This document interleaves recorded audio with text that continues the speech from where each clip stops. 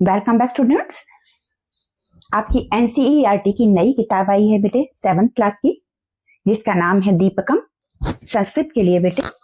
इसका पहला पाठ हम लोग पढ़ चुके हैं। आज मैं आपको दूसरा पाठ पढ़ाऊंगी जिसका नाम है नित्यं पिबामः सुभाषित रसम, यानी कि हम रोज ही सुभाषित रस पिएंगे या पीते हैं। सुभाषित रस यानी कि अच्छी अच्छी बातें। तो चलिए, पहले आपको कॉमिक फॉर्म में आपको ये थोड़ा सा डायलॉग्स दिए गए हैं, इनको पढ़ेंगे हम लोग। इसके बाद आगे का पाठ पढ़ना शुरू करेंगे। तो बेटे, चैनल अगर आपने अभी तक सब्सक्राइब नहीं किया हुआ है तो बहुत जल्दी से कर लीजिए। उसके बाद हम लोग पाठ पढ़ना शुरू करते हैं बेटा, ठीक है। तो ये आपका बुक जो है, आपकी दीपकम बुक से पाठ है आपका दूसरा, एनसीईआरटी की 7th क्लास का। इसकी आज हम व्याख्या करेंगे, इसमें पूरा का पूरा पाठ का अर्थ समझेंगे। इसके अभ्यास कार्य का वीडियो में अलग से बनाऊंगी बेटे, क्योंकि वरना बहुत लंबी वीडियो हो जाती है, आप लोग थक जाएंगे देखते देखते। तो आज हम पाठ पढ़ेंगे, इसका अभ्यास कार्य में दूसरे वीडियो में बनाऊंगी। तो चलिए शुरू कर लेते हैं। सबसे पहले है, यहाँ पर कोई बच्चा कहता है, महोदय अस्माकं विद्यालयस्य भित्तौ अयोग्यः पुरुषो नास्ति योजकस्तत्र दुर्लभः इति लिखितम् अस्ति। अस्य कः भावः इति कृपया बोधयतु। यानी कि यहाँ पर बच्चा पूछ रहा है, महोदय, जैसे आप लोग इंग्लिश में कहते हैं सर, ऐसे ही हिंदी संस्कृत में कहा जाता है महोदय, हिंदी में भी। अस्माकं मतलब हमारा, हमारे, हमारा हमारे हो गया, विद्यालय से मतलब विद्यालय की, भित्तौ मतलब दीवारों पर, दीवारों पर ही हो जाएगा। अयोग्य पुरुषो नास्ति योजकस्तत्र दुर्लभः, यानी कि यहाँ पर ये लिखा हुआ है, इति लिखितम अस्ति, यानी कि हमारे विद्यालय की दीवार पर यह लिखा हुआ है कि अयोग्य पुरुषो नास्ति योजकस्तत्र दुर्लभः। अस्य कः भावः, अस्य कः भावः, अस्य का मतलब इसका, कह का मतलब क्या, भाव का मतलब भाव, इसका क्या भाव है, इसका क्या अर्थ है। इति कृपया बोधयत, यह कृपया, बोधयतु मतलब समझाइए, कृपया हमें समझाइए महोदय कि हमारे विद्यालय की दीवार पर यह वाक्य लिखा हुआ है, अयोग्य पुरुषो नास्ति योजकस्तत्र दुर्लभः, इसका क्या अर्थ है।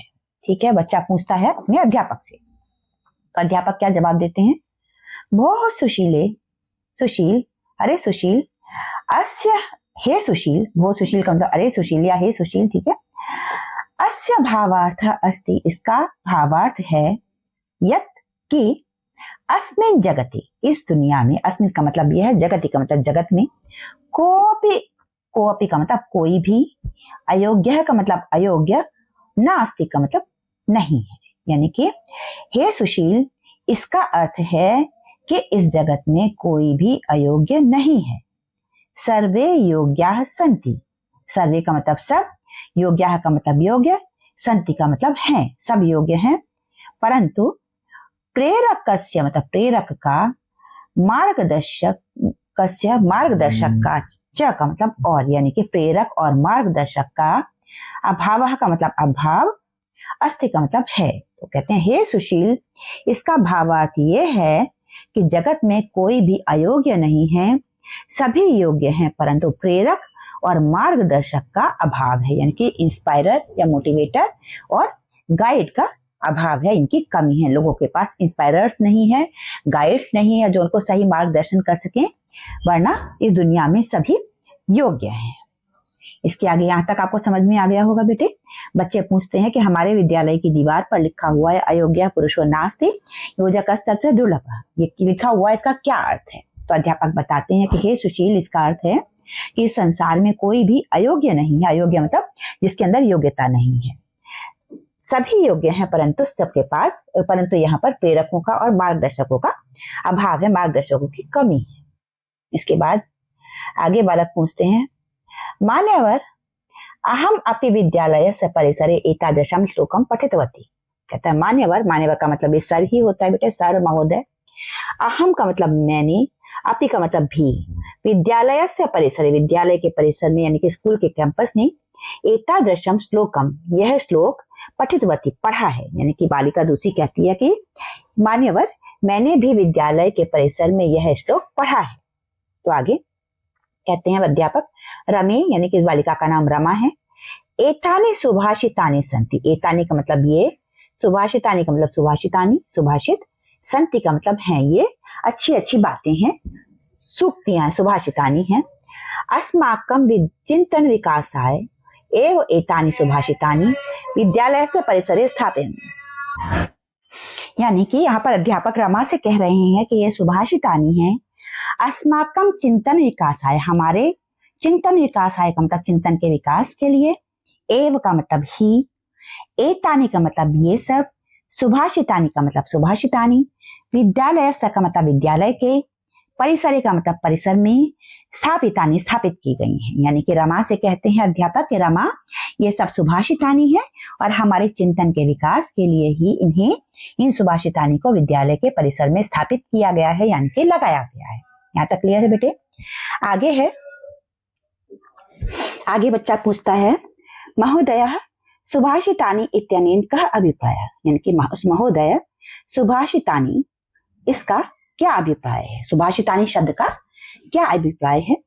तो अध्यापक कहते हैं वत्स, वत्स का मतलब पुत्र या बेटे, मानवानाम यानी कि मानवों का, विविध मूल्यानाम विकासाय श्रेष्ठ जनः उक्तानि सुवचानि एव सुभाषितानि। कहते हैं मानवों के विविध मूल्यों के विकास के लिए, विविध मानवों में विविध मूल्यों का यानी कि वैल्यूज के विकास के लिए श्रेष्ठ जन, श्रेष्ठ लोगों ने, महान लोगों ने जो बातें कही थी, जो सुवचन कहे थे, अच्छे अच्छे वचन कहे थे, सूक्तियां कही थी, वही सुभाषितानि कहलाती है। यानी कि पुत्र से कह रहे हैं, वो अपने बच्चे स्टूडेंट से कह रहे हैं पुत्र, मानवों के हर तरीके से विकास के लिए, वैल्यूज डेवलप करने के लिए इंसानों में, उनके विकास के लिए महान लोगों ने जो उक्तियां कही थी, जो स्टेटमेंट दी थी, जो सुवचन कही थी, अच्छी अच्छी बातें कही थी, वही सुभाषितानि कहलाती हैं।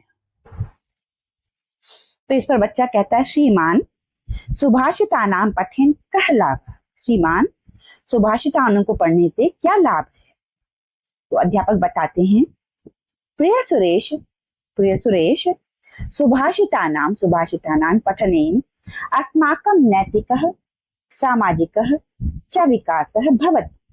सुभाषितानि को पढ़ने से हमारा नैतिक, सामाजिक व विकास होता है। अस्माभिः किं कर्तव्यं किंच न कर्तव्यम् इति, हमें क्या करना है क्या नहीं करना है, सुभाषितानि बोधयन्ति, सुभाषितानि हमें समझाती हैं कि हमें क्या करना चाहिए और क्या नहीं करना चाहिए।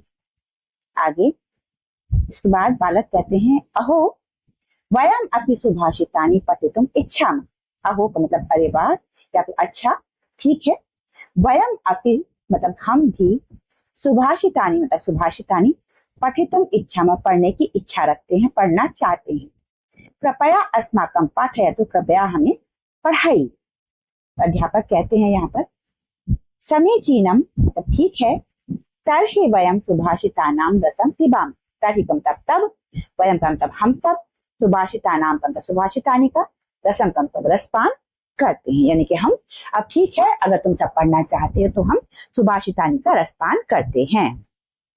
तो यहाँ तक का सार निकला, महोदय हमारे स्कूल की दीवार पर लिखा है यहाँ कोई भी अयोग्य व्यक्ति नहीं है और इसका प्रवेश दुर्लभ है। जो आपका श्लोक आया था, ठीक है, इसका अर्थ क्या है? तो कहते हैं वो सुशील, हे सुशील, इसका मतलब ये है कि संसार में कोई भी व्यक्ति अयोग्य नहीं है, हर कोई योग्य है, लेकिन प्रेरणा और मार्गदर्शन की कमी है। तो दूसरा बच्चा कहता है प्रिय महोदय, ऐसी ही एक कविता मैंने स्कूल परिसर में भी पढ़ी थी, ऐसी सुभाषितानि मैंने विद्यालय के परिसर में भी पढ़ी थी। तो महोदय कहते हैं कहावतों का क्या अर्थ? एक बच्चा पूछता है महोदय कहावतों का या सुभाषितानि का क्या अर्थ है? तो कहते हैं, अध्यापक कहते हैं आनंद लेना, ये अच्छी कहावतें हैं, हमारी सोच को विकसित करने के लिए इन कहावतों को स्कूल परिसर में रखा। ठीक है, इसके आगे अध्यापक बताते हैं कि बच्चों, अच्छी कहावतें मनुष्य के विभिन्न मूल्यों को विकसित करने के लिए सर्वोत्तम लोगों द्वारा कहे गए अच्छे शब्द। तो बच्चा पूछता है यहाँ से श्रीमान कहावतें पढ़ने से क्या लाभ है? तो अध्यापक बताते हैं प्रिय सुरेश, कहावतें पढ़ने से हमारा नैतिक और सामाजिक विकास होता है। नीति वचन हमें सिखाते हैं कि हमें क्या करना चाहिए और क्या नहीं।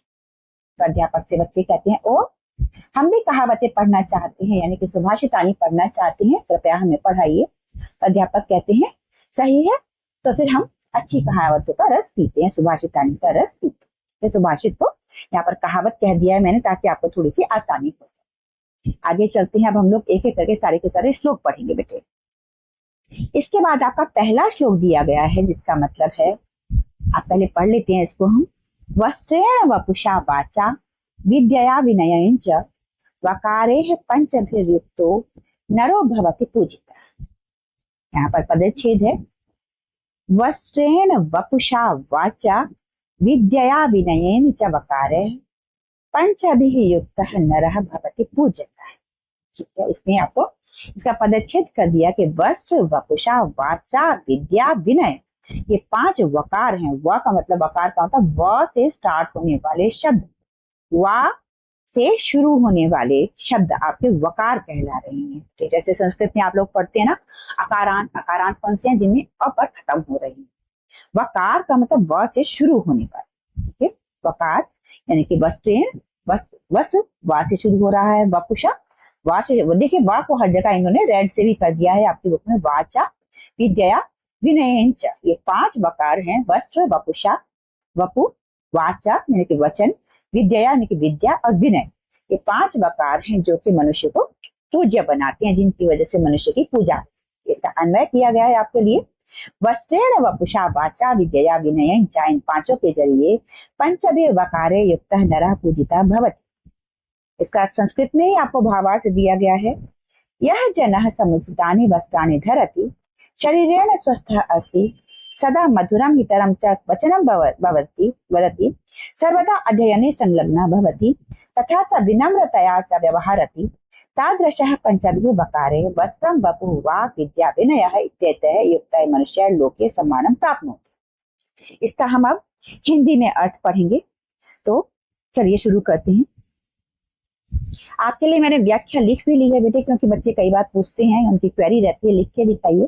तो यहाँ पर आपका जो ये आपका जो श्लोक है, इसका अर्थ बनता है वस्त्र से, शरीर से, वाणी से, ज्ञान से और नम्रता से। ये 5 वकार हैं, 5 स्वरों से, इन 5 अक्षरों से, 5 बातों से संपन्न व्यक्ति की पूजा की जाती है। यानी कि जिस व्यक्ति में ये 5 गुण होते हैं, जो व्यक्ति इन 5 गुणों से संपन्न होता है, उसकी पूजा की जाती है। 5 कौन से गुण है इसमें? 5 गुण थे आपके वस्त्र यानी कि जिसके वस्त्र साफ सुथरे हों, और वपुषा यानी कि जिसका शरीर साफ सुथरा हो, वाचा मतलब जिसकी भाषा शुद्ध हो, भाषा अच्छी हो, मधुर हो, विद्या जिसके पास अच्छी विद्या हो, विद्यारत हो, और विनयन जो विनय हो, जिसके अंदर पोलाइटनेस हो, तो उस व्यक्ति की पूजा की जाती है। यहाँ पर इस श्लोक में आपको बताया गया है। तो यहाँ पर आप इसको और अन्वय समझ सकते हैं इसका, कि जो पुरुष वस्त्र, शरीर, वाणी, ज्ञान और विनम्रता के 5 स्वरों से संपन्न है, 5 गुणों से संपन्न है, स्वच्छता से संपन्न है, उसकी पूजा की जाती है। तो निष्कर्ष है, इन 5 वकारों से संपन्न मनुष्य वस्त्र, शरीर, वाणी, ज्ञान और विनम्रता से जो होता है, उसकी पूजा की जाती है। तो यहाँ पर हम इसको और थोड़ा सा एक्सप्लेन कर सकते हैं। इसका मतलब है कि जो व्यक्ति उचित वस्त्र पहनता है, शारीरिक रूप से स्वस्थ रहता है, सदैव मधुर और हितकारी वचन बोलता है, सदैव अध्ययन में लगा रहता है और नम्रता से व्यवहार करता है, वह संसार में 5 वक्रों यानी कि वस्त्र, शरीर, वाणी, ज्ञान और नम्रता से सम्मानित होता है। यानी कि कोई भी व्यक्ति है, यदि उसके वस्त्र स्वच्छ है, शरीर स्वच्छ है, वाणी अच्छी है, उसको ज्ञान है और नम्रता है, तो सम्मानित होता है, उसका सम्मान किया जाता है। यानी कि किसी भी व्यक्ति को यदि संसार में सम्मान प्राप्त करना है, तो उसके वस्त्र स्वच्छ होने चाहिए, उसका शरीर साफ सुथरा होना चाहिए, उसकी वाणी अच्छी होनी चाहिए जो सबको अच्छी लगे, और ज्ञान होना चाहिए उसके अंदर, और विनम्रता होनी चाहिए, यानी कि वो पोलाइट होना चाहिए। इन 5 गुणों का होना जरूरी है, तभी व्यक्ति समाज संसार में सम्मान पाता है। तो ये हो गया आपका पहला श्लोक। इसमें किसी को कहीं कोई डाउट हो तो बेटे पूछ सकते हैं। मैंने अपनी ओर से पूरी कोशिश की है कि आपके सारे के सारे डाउट्स मैं क्लियर करूं। इवन देन अगर आपको कोई परेशानी है तो आप लोग पूछ सकते हैं। इसके बाद हम चलेंगे दूसरे दोहे पर। दूसरा दोहा है आपका, षड दोषाः पुरेशेनैः हात्वयाः भूमिच्छिता निद्रा तंद्रा भयम क्रोध आलस्यम दीर्घ सूत्र। आपका ये श्लोक है जिसमें कि आपको षड दोष बताए गए हैं पुरुष के मात्र। पुरुष मतलब यहाँ पर इंसान के अंदर 6 दोष बताए गए हैं। 6 दोष होते हैं, 6 कमियां होती हैं। पहले वाले आपको श्लोक में आपको 5 गुण बताए गए थे कि इन गुणों को अपनाना है, और इस श्लोक में आपको बताया गया है कि कौन कौन से गुण हमें अपने शरीर में से, अपने व्यवहार में से निकालने हैं, ताकि हम अच्छे इंसान बन सके, अच्छे गुण हमारे अंदर बने रहें, खराब गुणों को हमें निकालना। तो इसमें आता है षड दोषाः पुरुषेण इह हातव्यः भूत इच्छिता। तब ये 6 दोष पुरुष को हातव्य, उसको एक ऐसे नुकसान करने वाले होते हैं। क्या क्या है? निद्रा तंद्रा भयम क्रोध आलस्यम दीर्घ सूत्र, है ना।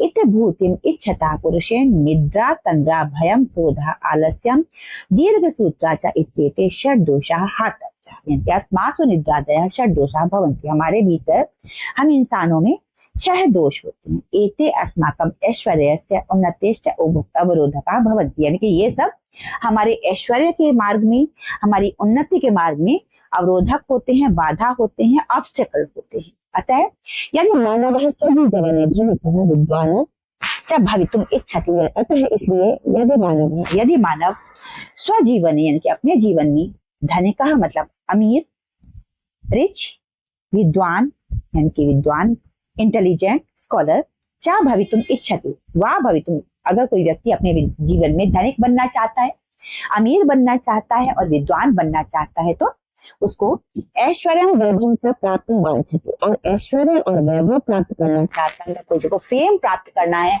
और साथ में रिचनेस प्राप्त करनी है, तो सह उसको तरही का मतलब तो, सह का मतलब उसे, अति निद्राम बहुत ज्यादा सोना, तंद्राम मतलब बहुत ज्यादा आलस करना, भीतिम मतलब भय डर, क्रोधम मतलब गुस्सा, आलस्यम मतलब आलस, विलंबेन कार्य करण से प्रवृत्ति और देर से काम करने की प्रवृत्ति। विलंबेन मतलब देर से, कार्य करण से मतलब कार्य करने की, प्रवृत्ति का मतलब आदत।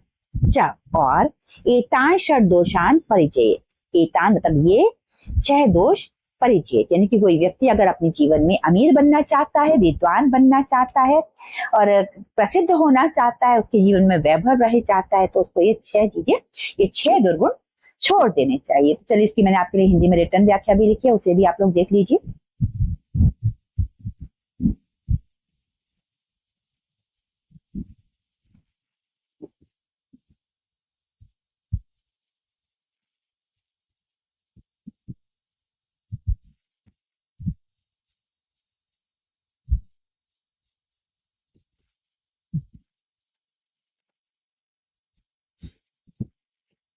तो अर्थ है कि हम में 6 बुराइयां हैं, ये हमारी संपदा और उन्नति में बाधा है।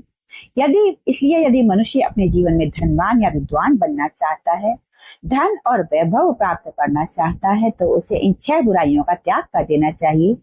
अत्यधिक नींद, तंद्रा, भय, क्रोध, आलस्य और देर से काम करने की प्रवृत्ति, यानी कि हर काम को हमें समय से करना चाहिए, बहुत ज्यादा सोना नहीं चाहिए, बहुत ज्यादा एक तरीके से कह लो कि कर्मठ ना होना को तंद्रा कह सकते हैं, बहुत सुखमय जीवन करने की इच्छा रखना, काम करने का, परिश्रम करने का भाव ना होना, और भय नहीं होना चाहिए, गुस्सा नहीं होना चाहिए, आलस्य नहीं होना चाहिए। तभी हम अमीर बन सकते हैं, विद्वान बन सकते हैं और प्रसिद्ध हो सकते हैं। तो ये था इस श्लोक का अर्थ। इसके बाद हम पढ़ेंगे तीसरा श्लोक। आद्यगात्राणि शुद्धयन्ति मनः सत्येन शुध्यति, विद्यात्पोभ्याम भूतात्मा बुद्धि ज्ञाने शुद्धि, यानी कि पदच्छेद इसका है आद्य गायत्री शुद्ध, ठीक है, मनः सत्येन शुद्ध, विद्या तपोभ्याम भूतात्मा बुद्धि ज्ञाने शुद्धि। आद्य शरीर को जल स्वच्छ करता है, हम शरीर को स्नान से शुद्ध करते हैं, मन को सत्य से शुद्धि होती है, मन तब शुद्ध रहता है जब हम सत्य बोलते हैं। विद्या तपोभ्याम, विद्या से तप से हमारा भूतात्मा, हमारी आत्मा शुद्ध होती है, और बुद्धि हमारी ज्ञान से शुद्ध, यानी कि हमारा शरीर शुद्ध करने के लिए हमें स्नान करना पड़ता है, और सत्य बोलने से हमारा मन शुद्ध होता है। विद्या प्राप्त करने से, तप करने से हमारी आत्मा शुद्ध होती है, और बुद्धि प्राप्त हमारी जो होती है, ज्ञान प्राप्त करने से हमारी बुद्धि शुद्ध। तो ये आपका हो गया अन्वय इसका, गायत्री आद्य शुद्धयन्ति मनः सत्येन शुद्धति, भूतात्मा विद्यात्पोभ्याम शुद्धयति, बुद्धि ज्ञाने शुद्धयति। तो भावार्थ है प्रतिदिनम स्नाने मानवस्य शरीरम स्वच्छम भवति, प्रतिदिन स्नान से मानव का शरीरम स्वच्छम, शरीर स्वच्छ, भवति का मतलब होता है। सत्येन मतलब सत्य से, मनः पवित्रम भवति मन पवित्र होता है। सत्य कथने, सत्य कहने से, मनसि द्वंद्वम भीति च न भवति, मन में द्वंद्व और भय नहीं होता है। अगर हम सत्य बोलते हैं तो हमारे मन में कोई कंफ्यूजन नहीं होता है, कोई डर नहीं होता है। नित्यम विद्याभ्यासेन परिश्रमेण च जीवस्य शुद्धि भवति, नित्य विद्याभ्यास करने से, परिश्रम करने से व्यक्ति की बुद्धि की शुद्धि होती है, ज्ञाने जीव की शुद्धि होती है, आत्मा की शुद्धि होती है, मतलब कि और ज्ञाने च बुद्धि निर्मला, ज्ञान से बुद्धि हमारी निर्मल होती है। अतः मनुष्य नित्यम स्नान, मनुष्य को नित्य स्नान करना चाहिए। सत्य कथनम, सत्य कहना चाहिए। विद्याभ्यास मतलब विद्या का अभ्यास करना चाहिए। परिश्रम यानी कि परिश्रम करना चाहिए। ज्ञानार्जनम, ज्ञानार्जन करना चाहिए। ये सारी बातें करनी चाहिए, यानी इंसान को नित्य स्नान, सत्य कथन, विद्याभ्यास, परिश्रम, ज्ञानार्जन, च का मतलब और, कुर्यात का मतलब करना चाहिए। मनुष्य को ये सब की सब चीजें करनी चाहिए। इसका अब हम हिंदी व्याख्या देख लेते हैं बेटे। तो हिंदी व्याख्या है कि जल शरीर को शुद्ध करता है और सत्य मन को शुद्ध करता है। ठीक है। ज्ञान और तप से जीव की आत्मा, ज्ञान और बुद्धि से शुद्ध। तो जल से अंग शुद्ध होते हैं, सत्य से मन शुद्ध होता है, ज्ञान और तप से आत्मा शुद्ध होती है और ज्ञान से बुद्धि शुद्ध। आपका निष्कर्ष है कि जल से अंग शुद्ध होते हैं शरीर के, सत्य से मन शुद्ध होता है, ज्ञान और तपस्या से आत्मा शुद्धि होती है और ज्ञान से बुद्धि शुद्ध। विद्या से और तप से आपकी आत्मा शुद्ध होती है और ज्ञान से बुद्धि शुद्ध होती है। तो इसका अर्थ कुल मिलाकर के यही है कि प्रतिदिन स्नान करने से मानव शरीर स्वच्छ रहता है, सत्य मन को शुद्ध करता है, सच बोलने से मन में कोई द्वैत और भय पैदा नहीं होता, यानी कोई कंफ्यूजन नहीं होता, कोई डर नहीं होता। ज्ञान और प्रयास के निरंतर अभ्यास से आत्मा शुद्ध होती है और ज्ञान से बुद्धि शुद्ध होती है। इसलिए मनुष्य को प्रतिदिन स्नान करना चाहिए, सत्य बोलना चाहिए, विद्या का अभ्यास करना चाहिए, परिश्रम करना चाहिए और विद्या अर्जित करनी चाहिए। ये 5 काम करते रहने चाहिए ताकि हमारा शरीर, हमारी आत्मा, हमारा मन और हमारी बुद्धि शुद्ध रहे। तो ये था आपका तीसरा श्लोक। इसके बाद करेंगे हम चौथा श्लोक। तो आपका चौथा श्लोक है, उत्तरम यत् समुद्रस्य हिमाद्रेश जैव दक्षिणम वर्षम तद भारतम नाम भारती यत्र संतति, यानी कि उत्तरम, उत्तर में, यत् जिसके, समुद्रस्य समुद्र के, हिमाद्रे मतलब उत्तरम यत् समुद्र जो समुद्र के उत्तर में है, हिमाद्रे च एव दक्षिण, और हिमाद्रे मतलब हिमालय के, हिम और का मतलब और के दक्षिण में है। वर्षम तद भारत, उसका नाम भारत है, वो भारतवर्ष है। नाम भारती, उसका नाम भारत है। और भारती यत्र संतति, उसकी संतति यानी कि उसकी संतानें भारतीय, यानी कि जो समुद्र के उत्तर में है और हिमालय के दक्षिण में है और जिसका नाम भारत है, उसकी संतान भारतीय है। तो आपने अगर भारत का नक्शा पढ़ देखा हो कभी, तो उसमें आपको बताया जाता है कि हमारे उत्तर में हिमालय है और दक्षिण में हिंद महासागर है। तो देख लीजिए, एक बार हम मैप देख लेते हैं बेटे। तो इस भारत के नक्शे में आप देख सकते हैं कि उत्तर में इसके, भारत के उत्तर में हिमालय है। ठीक है। तो भारत हिमालय के किधर हुआ? भारत हुआ हिमालय के दक्षिण में। ऐसे ही भारत के दक्षिण में हिमालय है, तो भारत हुआ, भारत के दक्षिण में हिंद महासागर है, तो भारत हिंद महासागर के उत्तर में हुआ। यानी कि जैसे आप देखिए, आपका राइट मेरा लेफ्ट होता है, मेरा लेफ्ट आपका राइट होता है ना। ऐसे ही आपका उत्तर मेरा दक्षिण होगा, मेरा दक्षिण आपका उत्तर होगा। तो जैसे भारत है, भारत के उत्तर में हिमालय पर्वत है, लेकिन हिमालय के दक्षिण में हिमालय है, हिमालय के दक्षिण में भारत है। और ऐसे ही भारत के दक्षिण में आप जो आपका हिंद महासागर है, तो हिंद महासागर के उत्तर में आपका भारत होगा। इस श्लोक को आपको समझने के लिए ये बात समझनी पड़ेगी बेटे। तो यहाँ कहा गया है कि यत् समुद्र से उत्तरम हिमाद्री, जो समुद्र के उत्तर में है और हिमालय के दक्षिण में है, उसका नाम भारत है और वहां की संतान भारतीय है। तो यहाँ पर आपको भावार्थ बताया गया है। अस्मै सुभाषिते सुभाषितकारः, यानी कि इस सुभाषित में, इस सूक्ति में सुभाषितकार यानी कि कहने वाला भारतस्य भौगोलिकम स्वरूपम वर्णन, यानी भारत का भौगोलिक स्वरूप जो है उसका वर्णन करता है। भौगोलिक स्वरूप यानी कि ज्योग्राफिकल जो हमारा स्ट्रक्चर है। ठीक है। ज्योग्राफिकल जो हमारी लोकेशन है। तो हिंद महासागर से उत्तर भागे, हिंद महासागर के उत्तर भाग में, हिमालय से दक्षिण भागे, हिमालय के दक्षिण भाग में, यह भूभाग अस्ति, जो भूभाग है, तस्य भूभाग से नाम भारतवर्षम, उस भूभाग का नाम भारतवर्ष है।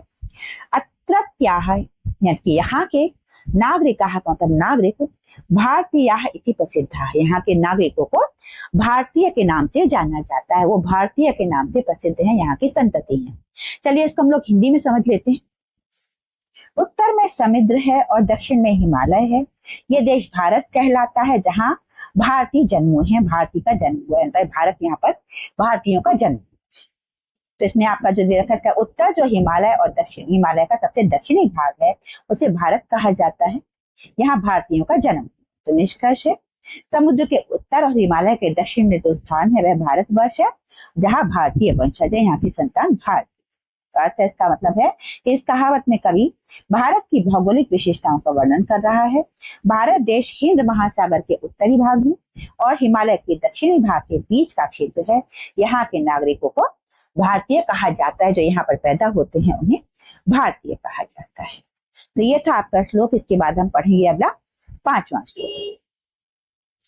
5वां श्लोक है आपका, जल बिंदु निपातेन क्रमशः पूर्यते घटः सह हेतु सर्व विद्यानाम धर्मस्य च धनस्य च। यानी कि कहते हैं जल बिंदु निपातेन, जल बिंदु के गिरने से क्रमशः मतलब लगातार, पूर्यते घटः घड़ा भर जाता है, स हेतु इसी प्रकार, सर्व विद्यानाम सभी विद्याएं भी घट में बूंद बूंद करके जैसे घड़ा भर जाता है, ऐसे ही थोड़ा थोड़ा प्राप्त करने से सभी विद्याएं मिल जाती हैं और थोड़ा थोड़ा जोड़ने से धन भी मिल जाता है। धर्मस्य च धनस्य च। इसी प्रकार सभी विद्याओं के लिए और धनों के लिए भी यही बात सही है कि बूंद बूंद करके जैसे घड़ा भर जाता है। तो परिच्छेद है आपका, जल बिंदु निपातेन क्रमशः, लगातार बूंद बूंद गिरने से, पूर्यते घटः घड़ा भर जाता है, सह हेतु यही बात, सर्व विद्या नाम धर्म से च धन से, यही बात सभी विद्याओं के लिए है, धर्म के लिए है, धन के लिए है, सबके लिए यही बात सही है कि थोड़ा थोड़ा करने से इंसान को बहुत सारी विद्या आ जाती है,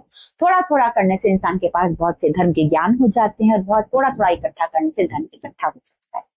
तो अन्वय इसका, घटः क्रमशः जल बिंदु निपातेन पूर्यते, घट लगातार धीरे धीरे बूंदे गिरने से भर जाता है, सह हेतु सर्व विद्या नाम धर्म से च धन से च भवति, यही बात यही तरीका हर विद्या के लिए, धर्म के लिए और धन के लिए भी होता है कि थोड़ा थोड़ा गिरने से ही वो भर जाता है, बढ़ जाता है। भावार्थ, यथा निरंतरम जलस्य बिंदु नाम पतते, जैसे लगातार जल की बिंदुएं गिरने से रिक्तः अति घटः पूर्णा भवति, खाली घड़ा भी भर जाता है, तथा मतलब ठीक उसी तरीके से जीवन में निरंतरम निरंतर अभ्यासेन अभ्यास करने से, सामान्य अपि मानव सामान्य मानव भी सर्व प्रकार का ज्ञानम यानी कि ज्ञान, धर्म मतलब धर्म, धनम यानी कि धन, च का मतलब और, लभते का मतलब प्राप्त करता है। तो कुल मिला के अर्थ हुआ कि जैसे निरंतर बूंदों से गिरने से, लगातार बूंद पानी की बूंदे गिरने से खाली घट भी भर जाता है, खाली घड़ा भी भर जाता है, उसी तरह से जीवन में निरंतर अभ्यास करने से सामान्य मनुष्य भी सब प्रकार के ज्ञान, धर्म और धन का जो है प्राप्ति कर सकता है। तो इसकी हिंदी व्याख्या हम लोग देख लेते हैं। श्लोक का शब्दशः अर्थ हुआ, पानी की बूंदों से धीरे धीरे घड़ा भर जाता है और वही समस्त ज्ञान, धर्म और धन का कारण है। वही क्या?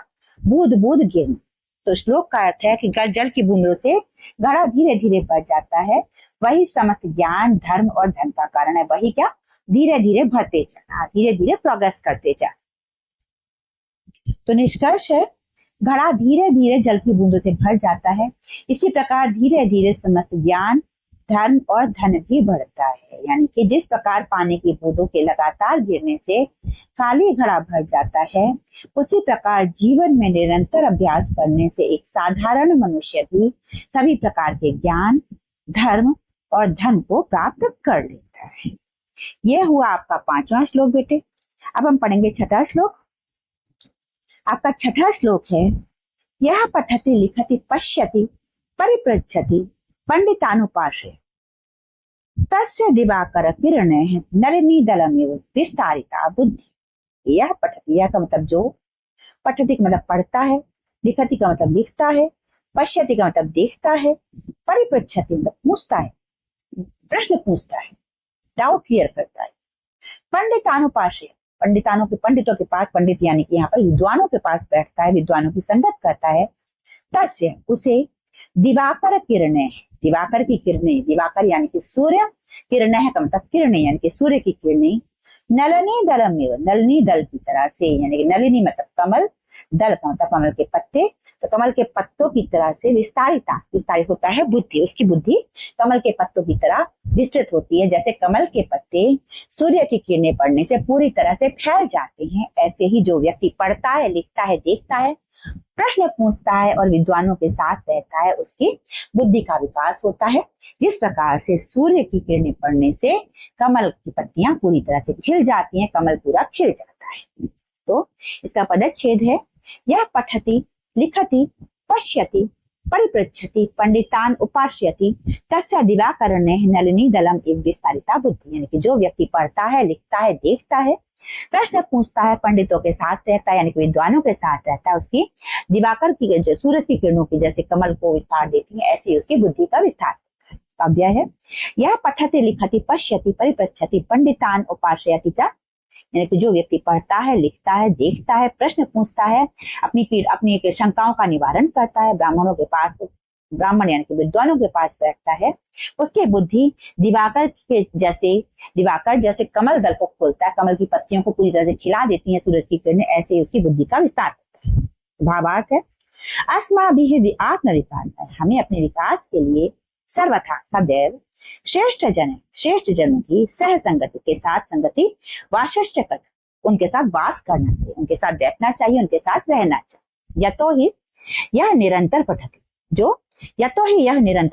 जो निरंतर पढ़ता है, अर्थात स्वाध्यायम करते, जो स्वाध्याय करता है यानी कि सेल्फ स्टडी करता है, लिखति यानी कि लिखता है, पश्यति यानी कि देखता है, विविधानाम प्रश्नानाम करके, जो अलग अलग तरीके से प्रश्न करता है, यानी कि स्वस्थ संशय दूर करोति, जो अपने संशय दूर करता है, अपने डाउट क्लियर करता है, ज्ञानी जनानाम आश्रय, ज्ञानी जनों के पास, तिष्ठति मतलब बैठता है, तस्य बुद्धि तथा वर्धते, उसकी बुद्धि ऐसे ही बढ़ती है, यथा का मतलब जैसे सूर्य से किरणें, मतलब सूर्य की किरणें, कमलम मतलब कमल को पूर्णतया विकसितम भवति, सूर्य की किरणों से जैसे कमल पूरी तरह से विकसित होता है।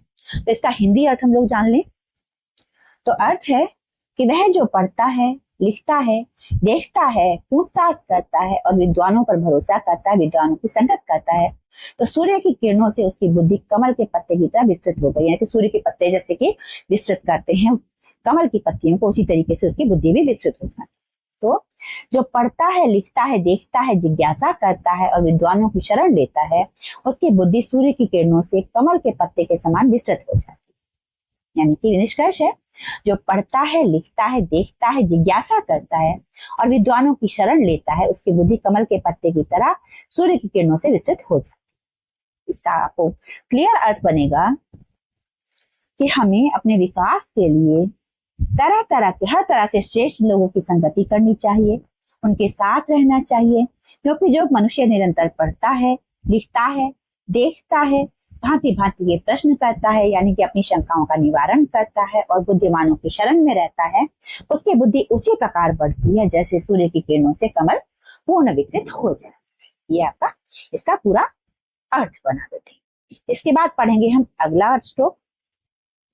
तो इस श्लोक में है, प्रिय वाक्यान पदाने सर्वे तुष्यन्ति जंत, तस्मात् तदेव वक्तव्यम वचने का दरिद्र, यानी कि प्रिय वाक्य प्रदान, यानी कि प्रिय वाक्य प्रदान करने से, यानी कि दूसरों तक प्रिय वाक्य पहुंचाने से, यानी कि प्रिय वाक्य बोलने से, सर्वे का मतलब सभी, तुष्यन्ति मतलब तुष्ट होते हैं, खुश होते हैं, जंतव मतलब जीव जंतु, सभी के सभी जीव जंतु प्रिय वाक्य मिलने से, प्रिय वाक्य प्राप्त होने से या प्रिय वाक्य सुनने से या आपके प्रिय वाक्य बोलने से प्रसन्न होते हैं, तुष्ट होते हैं।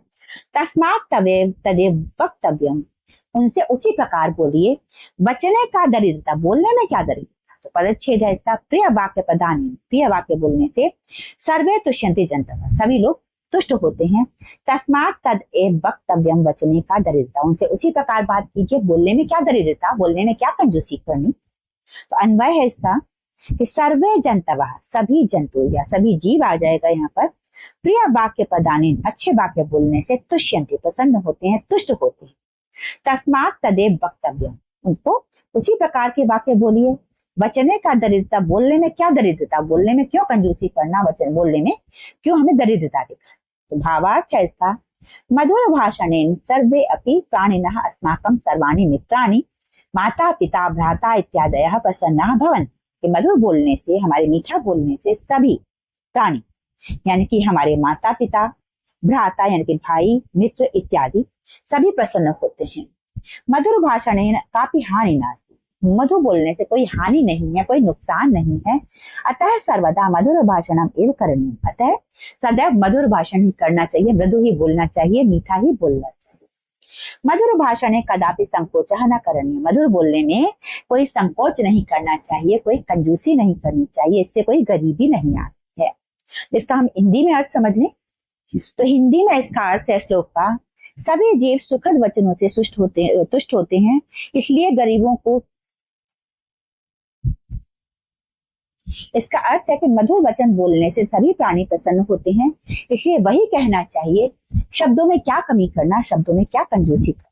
तो निष्कर्ष है कि सभी प्राणी मधुर वचन बोलने से प्रसन्न होते हैं, इसलिए वही कहना चाहिए। फिर वचनों में क्या दरिद्रता। इसका अर्थ है कि मधुर वाणी से सभी प्राणी यानी कि हमारे सभी मित्र, माता पिता, भाई आदि प्रसन्न होते हैं। मीठा बोलने में कोई बुराई नहीं है, इसलिए हमेशा मीठा बोलो, मीठा बोलने में कभी संकोच न करो। ये आपका हो गया 7वां श्लोक। इसके बाद हम करेंगे 8वां श्लोक। इस श्लोक में आपको कहा गया है, आलस्यम ही मनुष्याणाम शरीरस्थो महान रिपुः नास्त्युद्यम समो बंधु कृत्वा हि नियम नावसीत्। यानी कि यहाँ पर आपको कहा गया, इसका पदच्छेद कर लेते हैं। हम बोलने में मुझे भी थोड़ी सी परेशानी हो गई इस वर्ड को। आलस्यम ही मनुष्याणाम शरीरस्थः महान रिपुः न अस्ति उद्यम समः बंधुः कृत्वा यम न अवसीत्। यानी कि इसका आलस्यम ही, आलस्य ही मनुष्याणाम, मनुष्य के शरीर का महान रिपु, महाशत्रु है। यानी कि आलस्य ही मनुष्य का सबसे बड़ा शत्रु है। नारस्त्युद्यम समो, और उद्यम के समान बंधु कृत्वा न नावसीत्। उद्यम के समान कोई और बंधु नहीं है, मित्र नहीं है। यानी कि आलस्य जैसा शत्रु नहीं है और उद्यम यानी कि परिश्रम जैसा कोई मित्र नहीं है। तो अन्वय है इसका, आलस्यम ही मनुष्याणाम शरीरस्य महान रिपुः अस्ति। आलस्य ही मनुष्य के शरीर का सबसे बड़ा शत्रु है। उद्यम समः बंधु नास्ति। उद्यम जैसा कोई मित्र नहीं है, या कृत्वा न अवसीत्। ठीक है, इसलिए हमें उद्यम करते रहना चाहिए। तो हिंदी अर्थ इसका देख लेते हैं। तो श्लोक में कहा गया है, क्योंकि आलस्य मनुष्य के शरीर में सबसे बड़ा शत्रु है, बल्कि कि आलस्य मानव शरीर का सबसे बड़ा शत्रु है। यही एकमात्र चीज है जो हमें अपना काम पूरा करने से रोकती है। कड़ी मेहनत ही हमारा सच्चा मित्र है। जो कि कड़ी मेहनत करता है उसे कभी कष्ट नहीं होता है। जो व्यक्ति हमेशा कड़ी मेहनत करता है उसे कोई तकलीफ नहीं। इस बार अगला श्लोक करेंगे हम लोग, जो कि लास्ट श्लोक है आपका। पहले यहाँ भावार्थ दिया हुआ है, आलस्यम एवं मनुष्य से शरीरे विद्यमानः महान रिपुः अस्ति। आलस्य ही मनुष्य के शरीर में विद्यमान सबसे महान रिपु, सबसे बड़ा शत्रु है। ठीक है, तत् एव अस्माकं कार्यस्य, वही हमारे कार्य से संपादने अवरोधकं भवति, हमारे काम पूरे होने में बाधा बनता है। परिश्रमस्य एव अस्माकं वास्तविकं मित्रम् अस्ति। परिश्रम ही हमारा वास्तविक मित्र है। यह परिश्रम करोति, जो परिश्रम करता है, सह कदापि दुखम न प्राप्त, जो कभी भी परिश्रम करता है वो कभी भी दुख प्राप्त नहीं करता है। अगला श्लोक आपका लास्ट है आपका इस पाठ का। अष्टादश पुराणेषु व्यासस्य वचनद्वयः परोपकारः पुराणाय पापाय परपीड़। यानी कि अष्टादश पुराण, 18 पुराण, 18 पुराण है हमारे, उनमें व्यास के 2 ही वचन हैं। यानी कि आप 18 के 18 पुराण पढ़ लेंगे, उनमें आपको 2 ही बातों, उनका टोटल सार 2 ही बातें निकल के आएंगी। परोपकारः पुण्य, परोपकार पुण्य है। पापाय परपीड़म, और दूसरे को पीड़ा देना पाप है। इसका पदच्छेद कर लेते हैं हम लोग। अष्टादश पुराणेषु व्यासस्य वचनद्वयम् परोपकारः पुण्याय पापाय परपीड़। अन्वय है इसका, अष्टादश पुराणेषु व्यासस्य वचनद्वय अस्ति। अष्टादश पुराण जो हैं उनमें व्यास के 2 वचन हैं। परोपकारः पुण्याय, परोपकार पुण्य है। परपीडनम पापाय च भवति, दूसरे को पीड़ा देना पाप। तो भावार्थ इसका क्या है कि महर्षि वेद व्यासस्य अष्टादश पुराणानां सारः वचनद्वये अस्ति। महर्षि वेद व्यास के जो 18 पुराण हैं उनका सार ये 2 वचन ही हैं। परेशान उपकारेण पुण्यम भवति, क्योंकि दूसरे का उपकार करने से पुण्य होता है।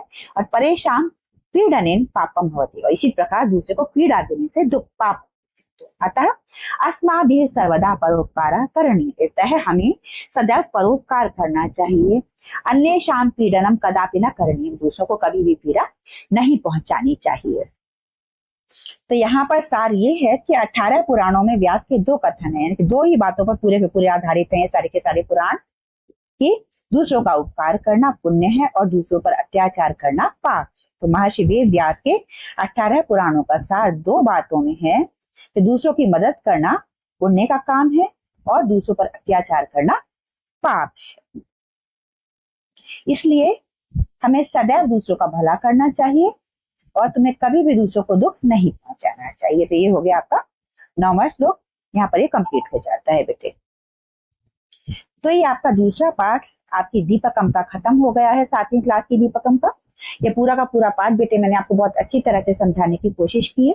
फिर भी अगर कहीं पर आपको कुछ डाउट है तो आप लोग पूछ सकते हैं, कमेंट सेक्शन में आपको जवाब जरूर मिलेगा। आपकी अच्छी तरह से बेटा पढ़ाई करते रहिए, अभी छुट्टियां चल रही हैं, आप लोग अच्छे से पढ़ाई कर सकते हैं बेटा, आपके पास टाइम एक्स्ट्रा है तो। और कोई डाउट हो तो आप लोग कमेंट सेक्शन में पूछ लीजिएगा। चैनल सब्सक्राइब नहीं किया है अभी तक तो कर लीजिए बेटा, क्योंकि आपकी सारी की सारी किताबों का यहाँ पर आपको सिलेबस मिलेगा। Have a nice day ahead. जय हिंद, जय भारत।